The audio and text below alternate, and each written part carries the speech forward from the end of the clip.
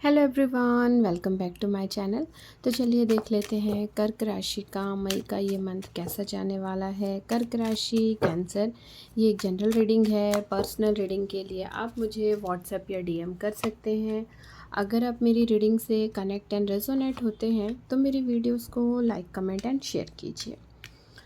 Okay, कर्क राशि देखिए, अगर मैं आपकी ओवरऑल एनर्जी की बात करूं तो ये जो मंथ है ना, आपके लिए आप बहुत ही ज़्यादा स्ट्रॉन्ग और पॉजिटिव रहने वाले हैं।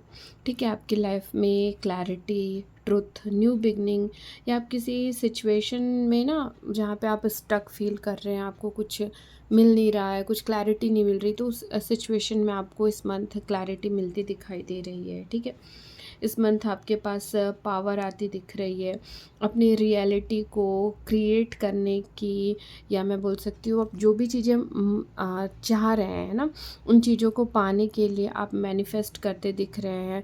आपके अंदर ना बहुत ही ज़्यादा स्ट्रॉन्ग एनर्जी दिखाई दे रही है कि हाँ, मैं बाय हुक बाय क्रुक मैं ये करके रहूँगा या रहूँगी। इस टाइप से अपनी सारे सोर्सेस आप लगा रहे हैं उन चीज़ों को पाने के लिए।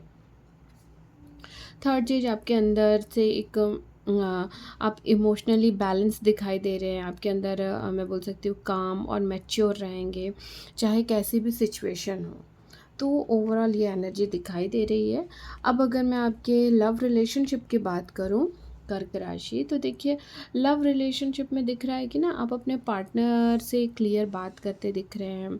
जो भी आप दोनों के बीच में कोई कन्फ्यूज़न थी, पास्ट में कुछ चीज़ें ऐसी हुई है ना, कुछ कन्फ्यूज़न थी, तो आप उनसे प्रॉपर बात करते दिख रहे हैं। जिनका भी नो कॉन्टैक्ट सिचुएशन था, तो इस मंथ आप दोनों के बीच में रिकन्सिलेशन भी होते दिखाई दे रहे हैं, है ना।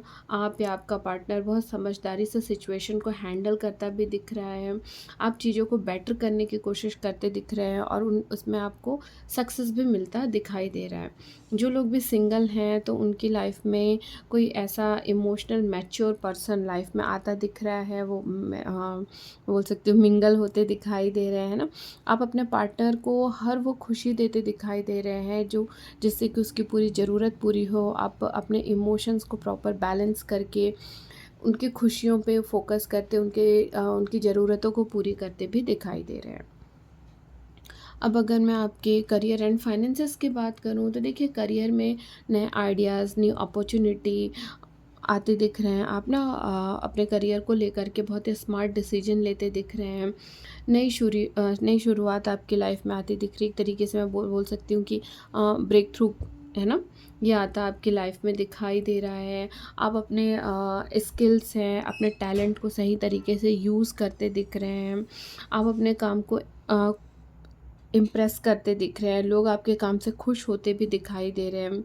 जो लोग भी इस मंथ जिनका भी इंटरव्यू है ना, या अगर आप ऑफ़र लेटर का वेट कर रहे हैं तो इस मंथ आपका इंटरव्यू क्लियर होता है। इंटरव्यू के कॉल आते हैं, आपको ऑफ़र लेटर भी मिलता दिखाई दे रहा है।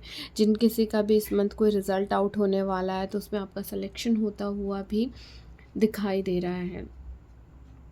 देखिए, आपके ऊपर काम का तो प्रेशर दिख रहा है ना, लेकिन आप ना काम रह करके आप डिसीजन लेते दिख रहे हैं। फाइनेंसेस में स्टेबिलिटी दिख रही है। बस इमोशन में आकर के ना कोई भी डिसीजन लेने से बचें। ठीक है, तो आपके लिए अच्छा रहेगा कर्क राशि।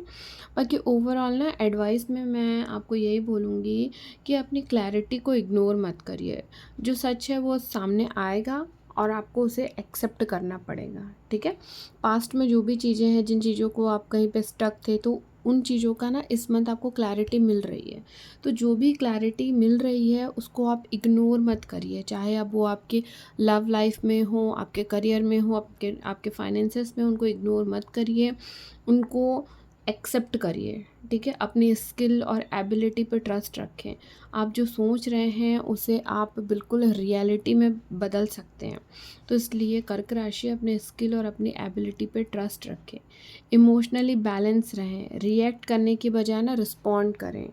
और जो सडन रिएक्ट करते हैं वो चीज़ें बिल्कुल भी मत करिए, रिस्पॉन्ड करें। और सबसे इम्पॉर्टेंट, अपनी जो इंटेंशन है वो क्लियर रखिए। क्यों नहीं?